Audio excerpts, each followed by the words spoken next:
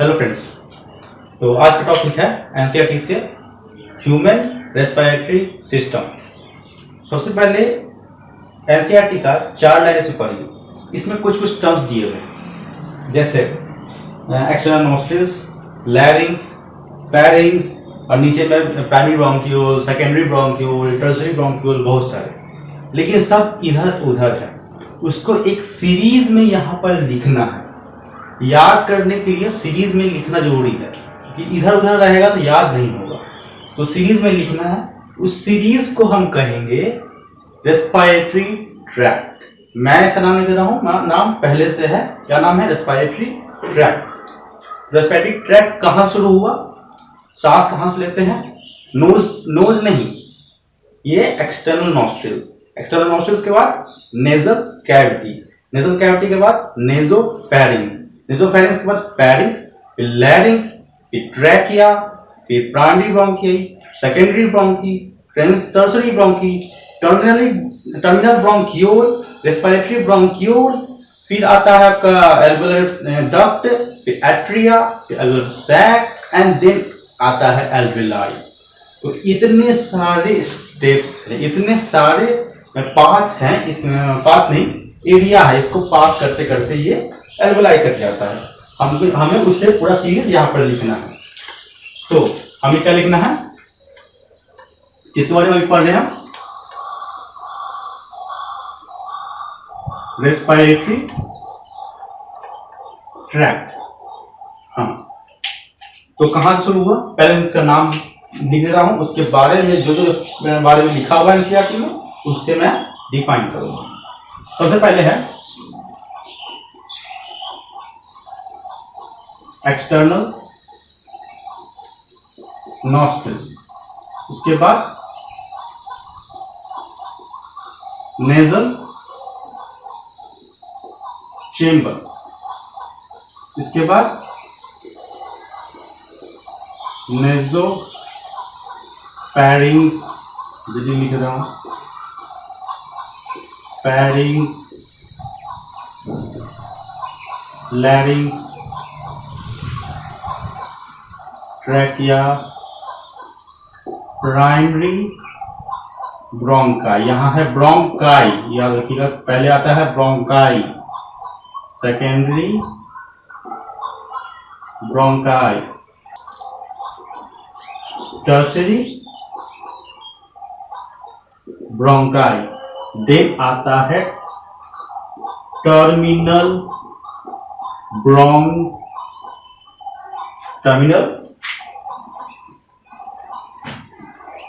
Bronchioles. इसके बाद आता है 2-3 और है। इसके बाद आता है रेस्पिरेटरी ब्रोंक्यूल्स। इसके बाद आता है alveolar duct, atria, alveolar sac and then आता है एल्वियोलाई। तो ये सब ऐसा नहीं है कि मैं अपने से बना रहा हूं, ये सब एनसीईआरटी में दिए हुए हैं। देखो क्या क्या एनसीईआरटी में दिया हुआ है। External nostril, nasal chamber, pharynx, larynx, trachea, primary bronchi, secondary bronchi, tertiary bronchi, terminal bronchiole and alveoli. ये सब टर्म एनसीईआरटी में दिए हुए हैं। ओके, अब इसके बारे में कुछ टर्म्स यहाँ पर मेंशन किए हुए, उसे डिटेल में पढ़ता है। जैसे फेरिंग्स। फेरिंग्स क्या होता है? Pharynx is common chamber of nose and mouth. ठीक, माउथ और नोज से जो जहां पर आके मिलता है, जो जंक्शन है, junction of mouth and nose, उसे बोलते हैं फेरिंग्स। ठीक, देन लैरिंग्स। लैरिंग्स के बारे में इसमें कुछ दिया हुआ। तो लैरिंग्स डेफिनेशन लिखा हुआ है यहाँ। It is a cartilaginous box, it is a cartilaginous box which help in sound production, so hence it is called sound box. इतना इसमें लिखा हुआ है। कि ये कार्टिलेजिनस बॉक्स है जिससे साउंड प्रोडक्शन में हेल्प मिलता है। लेकिन इसमें एक टर्म लिखा हुआ है कार्टिलेजिनस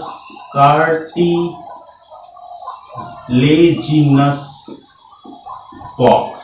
अब इस टर्म का मतलब देखो, कार्टिलेजिनस बॉक्स का मतलब इसमें कार्टिलेजिनस सिर्फ एक चीज नहीं है, कार्टिलेजिनस बॉक्स में बहुत सारे कार्टिलेजिनस चीजों से ये बना हुआ है। देखो क्या क्या कार्टिलेजिनस बॉक्स में क्या क्या है।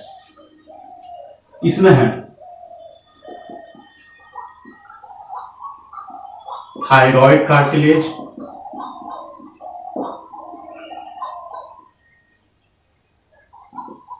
एरिटेनॉइड cartilage, cricoid cartilage and cartilage of Santorini। ये सब लेकिन होते हैं, लेकिन ये इतना इंपॉर्टेंट नहीं है। मैं बता रहा हूं ये कार्टिलेजिनस बॉक्स का मतलब, क्योंकि एनसीईआरटी में एक टर्म दे देता है, टर्म से एक्स्ट्रा क्वेश्चन पूछे जा सकते हैं, इसलिए मैं बता दिया ये सब चीज इसमें होते हैं, लेकिन उतना इंपॉर्टेंट नहीं है। ओके, तो क्या ये सब चीजों से साउंड प्रोडक्शन होगा? इसके अंदर ऐसा क्या चीज है जिसे साउंड निकलते हैं, उसके बारे में देखो। ये इंपॉर्टेंट है, इसके बारे में आता है, लेकिन भी उतना इंपॉर्टेंट नहीं है, लेकिन आ सकते हैं क्वेश्चन कि साउंड प्रोडक्शन होते किससे हैं। जैसे नाम आपने सुना भी होगा वोकल कॉर्ड्स के बारे में। वोकल कॉर्ड्स किसमें होते हैं? लैरिंग्स में। वोकल कॉर्ड किसमें होते हैं? लैरिंग्स में। ये दो तरह का होता है, एक फॉल्स और एक ट्रू। तो आवाज किससे निकलता है? फॉल्स मतलब फॉल्स है, इससे आवाज नहीं निकलता है, आवाज निकलता है ट्रू से। तो फॉल्स का क्या काम है? फॉल्स का सिर्फ काम है मॉइस्चर प्रोवाइड करना। क्या प्रोवाइड करना? मॉइस्चर। ट्रू का काम है आवाज निकालना या फिर phonation. Okay, true vocal cord से आवाज निकलता है, ट्रू वोकल कॉर्ड वाइब्रेट करता है, उसी वाइब्रेशन के कारण आवाज आता है। तो यहां ये काम हो गया लैरिंग्स का। ओके, एनसीईआरटी का हर एक टर्म समझना है। देन ट्रैकिया में इसमें 3 वर्ड लिखा हुआ है, 3 टर्म लिखा हुआ है। पहला, trachea is a straight tube. दूसरा, ये टर्म इसमें क्या है? Mid thoracic cavity. ये कहां तक जाता है? मिड थोरैसिक कैविटी तक। और तीसरा इसमें पॉइंट है, ये जाता है फिफ्थ थोरैसिक वर्टेब्रा तक। तो इसमें 2 वर्ड क्यों लिखा? मिड थोरैसिक कैविटी तक भी जा रहा है और फिफ्थ थोरैसिक वर्टेब्रा तक भी जाता है। सिर्फ एक भी लिख सकता था, लेकिन इसमें 2 लिखा, क्योंकि एक बॉडी है, बॉडी को हम आगे से भी देख सकते हैं, पीछे से भी देख सकते हैं। अगर हम आगे से देखते हैं तो ये थोरैक्स है, ये एब्डोमेन है। थोरैक्स का आधा को बोलेंगे मिड थोरैसिक, ये थोरैसिक कैविटी हुआ, आधा को बोलेंगे मिड थोरैसिक कैविटी। तो अगर आगे से देख रहे हैं तो ये यह कहां पर जाकर डिवाइड करता है? वो है मिड थोरैसिक कैविटी। अगर वो पीछे से देख रहा है, पीछे होता है वर्टिब्रा, वर्टिब्रा आगे नहीं होता है, वर्टिब्रा पीछे होता है। तो पीछे से फिफ्थ थोरैसिक वर्टिब्रा पे जाके वो डिवाइड करता है, इसलिए इसमें 2 जगह लिखा हुआ है। एक लिखा हुआ है आगे से मिड थोरैसिक कैविटी, पीछे से लिखा हुआ है फिफ्थ थोरैसिक वर्टिब्रे पे जाके डिवाइड करता है। डिवाइड करके क्या बनाता है? ट्रैकिया डिवाइड करके क्या बनाएगा? Primary bronchiole, left and right primary bronchioles. Okay, हो गया ट्रैकिया। एक वर्ड इसमें छूट गया था लैरिंग्स के बारे में। लैरिंग्स में ही था, लैरिंग्स के बारे में नाम लिखा हुआ है यहाँ पर एपिग्लोटिस। इसके बारे में मैं एनसीईआरटी देख रहा हूं कि कोई टर्म छूट ना जाए। एपिग्लोटिस मैं अभी देखा, छूट गया था। देखो एपिग्लोटिस, एपिग्लोटिस समझाने से पहले ये बात बताओ, एपिग्लोटिस ठीक से समझना, most important epiglottis.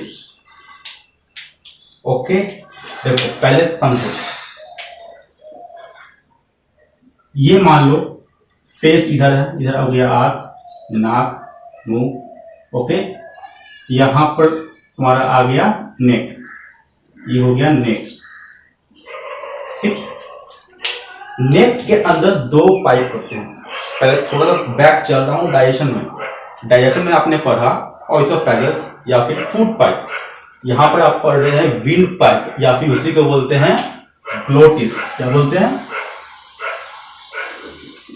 Glottis. Okay, wind pipe को बोल रहे हैं ग्लोटिस। तो मुझे ये बताओ कि ग्लोटिस और ऑइसोफेगस, विंड पाइप और फूड पाइप, कौन सा आगे होता है और कौन सा पीछे होता है? आगे और पीछे का मतलब देखो, टर्म सुना होगा वेंट्रल और डॉर्सल। इस दोनों का मतलब बताओ, वेंट्रल और डॉर्सल। वेंट्रल का मतलब बहुत लोग बोलते हैं आगे, डॉर्सल मतलब पीछे। ऐसा नहीं है। वेंट्रल का मतलब होता है टुवर्ड्स दी अर्थ। जैसे कोई एनिमल है, एनिमल चलता है चार पैरों पर ऐसे, तो उसका जो आगे वाला पार्ट होता है वो होता है नीचे अर्थ के पास, तो उसे बोलते हैं वेंट्रल। जो अर्थ के सामने हो उसे बोलते हैं वेंट्रल, और वो अवे फ्रॉम अर्थ हो उसे बोलते हैं डॉर्सल। इसी तरह का लीफ में भी होता है, प्लांट में लीफ में जो नीचे की तरफ होता है उसे बोलते हैं वेंट्रल, जो ऊपर की तरफ होता है उसे बोलते हैं डॉर्सल। ओके, तो ये हो गया वेंट्रल और ये हो गया डॉर्सल। ठीक, तो ये बताओ ग्लोटिस कहां होगा और ऑइसोफेगस कहां होगा? इसमें से ग्लोटिस कौन है, ऑइसोफेगस कौन है? तो ये है तुम्हारा ऑइसोफेगस और ये है विंड पाइप या फिर ग्लोटिस। ओके, तो उसी टर्म से आया है यहां पर एपीग्लोटिस। तो एपीग्लोटिस का मतलब ग्लोटिस के ऊपर। ग्लोटिस के ऊपर एक कवरिंग होता है। एनसीईआरटी का डेफिनेशन मोस्ट इंपॉर्टेंट क्या है? Thin elastic cartilaginous flap. Most important, thin elastic cartilaginous flap, ये है एपीग्लोटिस। वो कहां पर होता है? देखो, ये हो गया ग्लोटिस, ग्लोटिस के ऊपर ये होता है कवरिंग एपीग्लोटिस का।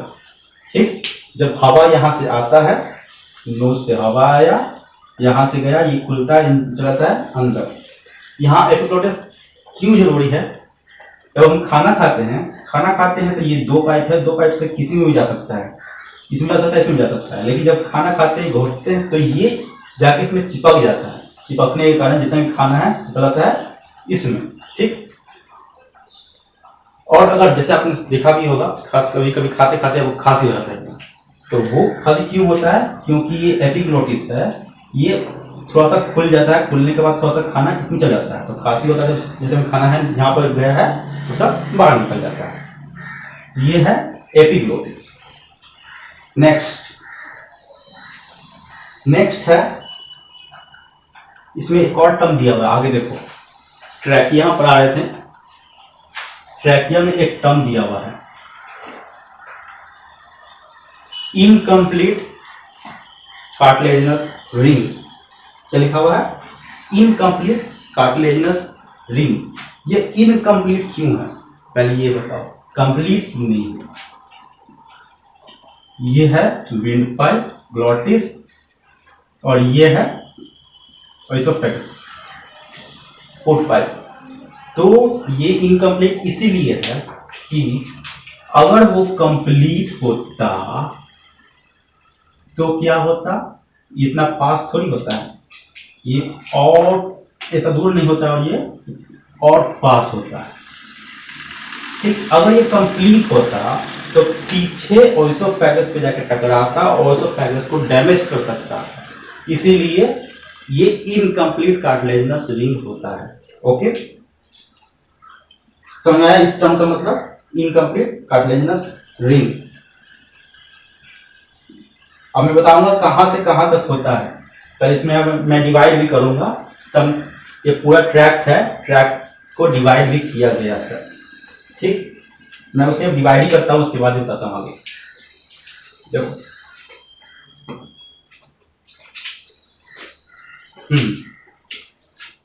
तो यहां से यहां तक इसको हम बोलते हैं कंडक्टिंग जोन। क्या बोलेंगे? Conducting zone. ये सब एनसीईआरटी में है, आप रखना, मैं ऐसे ही नहीं पढ़ा रहा हूं। जो एनसीईआरटी में है सिर्फ उसी को डिटेल में, एक्स्ट्रा कुछ नहीं। जितना आता है नीट में सिर्फ वही, और नीट और एम्स में दोनों में। ठीक, ये एल्वेलाई यहां को बोलते हैं respiratory zone. Okay, conducting zone और रेस्पिरेटरी जोन, इसको और पार्ट में बांटा गया। जैसे कहा गया ट्रैकिया, ट्रैकिया से टर्मिनल ब्रोंक्यूल्स, ट्रैकिया से नहीं, प्राइमरी ब्रोंकाई से टर्मिनल ब्रोंक्यूल्स, इसको नाम दिया गया है ब्रोंकियल ट्री। लेकिन ट्रैकिया से टर्मिनल ब्रोंक्यूल्स तक, जो मैंने पहले बताया, इनकम्प्लीट कार्टिलेजिनस रिंग होता है। इनकम्प्लीट कार्टिलेजिनस रिंग कोटल में नहीं होता है, एनसीईआरटी में ठीक से देखना, कोटल में नहीं होता है, वहां लिखा हुआ है टिल टर्मिनल ब्रोंक्यूल्स तक होता है। तो यह है C shaped incomplete cartilaginous ring. कहां से कहां तक होता है? टर्मिनल ब्रोंक्यूल्स तक। इसको बोलेंगे हैं ब्रोंकियल ट्री। तो इसको क्या बोलेंगे? Respiratory tree. ओके, अब इस पहले ये बताओ, रेस्पिरेटरी जोन लिख ही दिया, रेस्पिरेटरी ट्री क्यों लिखा? इस ब्रोंकियल ट्री क्यों लिखा? नाम क्यों बना दिया? नाम इसलिए बनाया क्योंकि ये ब्रोंकियल ट्री में ही एक स्पेस होता है। जैसे हम सांस लेते हैं, सांस लेने के बाद कुछ एयर हमारे लंग्स में, हमारे लंग्स में नहीं, हमारे एरिया में, लंग्स में भी एक स्पेस होता है, उसके बाद बताऊंगा मैं। हमारे रेस्पिरेटरी ट्रैक्ट में एक एरिया में कुछ ऑक्सीजन और कार्बन डाइऑक्साइड रह जाता है, कुछ एयर रह जाता है। उस एयर को हम नाम देते हैं, ब्रोंकियल ट्री में क्या होता है? Dead space volume. क्या होता है? Dead space volume. ये हमेशा रहता है। ये तुम कितना भी फोर्सफुल एक्सपायरेशन कर दो, खींच के पार फेंक दो, लेकिन ये एयर बाहर नहीं जाएगा, ये एयर अंदर ही रहता है। अगर ये बाहर चल गया तो जितने रेस्पिरेटरी ट्रैक्ट है वो कोलैप्स कर जाएगा, सब हट जाएगा। ओके, तो डेड स्पेस वॉल्यूम इंपॉर्टेंट है, वो रहता है इसी में।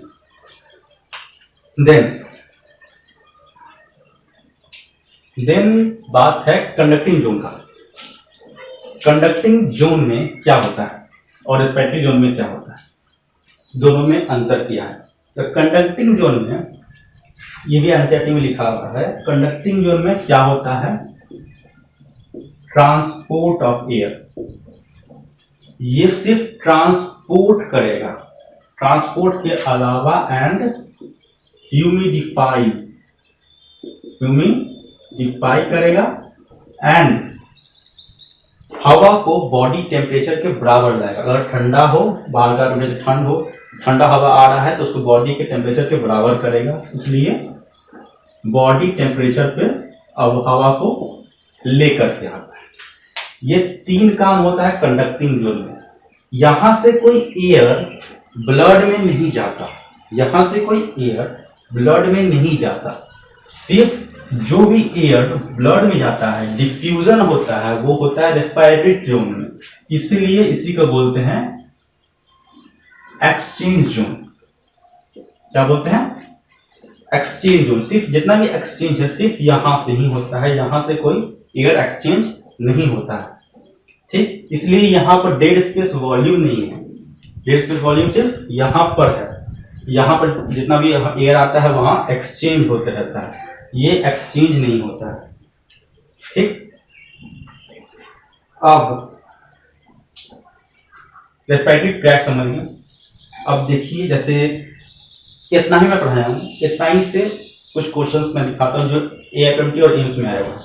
इतने सिंपल क्वेश्चन आते हैं, लेकिन अगर कॉन्सेप्ट अगर नहीं पता हो तो नहीं बनेगा, और मेन NCERT का अगर वर्ड याद नहीं हुआ तो नहीं बनेगा। पहला क्वेश्चन आया AIPMT 2011, इसमें एक क्वेश्चन दिया, इसमें क्वेश्चन दिया जो April 2011 में, टू फ्रेंड्स, अच्छा देखो सुनना, two friends are eating together on a dining table, two friends are eating together on a dining table, one of these suddenly starts coughing while swallowing some food. इसमें से एक को खांसी होने लगा खाना खाने समय, तो the coughing would have been due to improper movement of, coughing क्यों हुआ, किसके इम्प्रॉपर मूवमेंट से कफिंग हुआ, उसका option diaphragm, neck, tongue, epiglottis. इतने सिंपल क्वेश्चन भी आते हैं AFMT में, सिंपल ही आते हैं, NCERT से ही आते हैं। एग्जाम्पल एपिग्लोटिस, एपिग्लोटिस ही है जो फूड को रोकता है वेन पाइप में जाने के लिए, अगर वहां गया खांसी होगा, खांसी क्यों होगा, बाहर खाना निकालने के लिए। ये आया AFMT 2011 में, लेकिन एम्स 2012 में इसको थोड़ा सा घुमा कर दे दिए। देखो क्या किया एम्स 2012 में, एम्स 2012 उसमें क्वेश्चन दिया, during swelling of food, during swelling of food which of the following structure prevent the entry of food into the glottis। कौन सा स्ट्रक्चर ग्लोटिस में जाने से, फूड को ग्लोटिस में जाने से रोकता है। इसमें ये सब ऑप्शन नहीं दिए, ऐसे ऑप्शन वो बोल रहे होंगे बहुत लोग एपिग्लोटिस, लेकिन इसमें देखो ऑप्शन क्या क्या दिया। पहला सेमी लूनर वेल, दूसरा सर्कुलर मस्क्यूलर फ्लैप, तीसरा है कार्टिलेजिनस फ्लैप, एंड चौथा सर्कुलर स्पिंक्टर। तो समझ में आया, डायरेक्ट इसने एपिग्लोटिस नहीं दिया, इसने NCERT के डेफिनेशन से, NCERT के वर्ड से क्वेश्चन दिया कार्टिलेजिनस फ्लैप, क्योंकि epiglottis is a thin elastic cartilaginous flap. समझ में आया कैसे क्वेश्चन आते हैं, सिर्फ NCERT से ही क्वेश्चन आते हैं, और यहाँ पे जितने पढ़ाया उसमें कोई भी NCERT के बाहर क्वेश्चन नहीं है, ठीक। समझ में आया। तो आज के लेक्चर यहीं तक, मिलते हैं नेक्स्ट लेक्चर में। Thank you.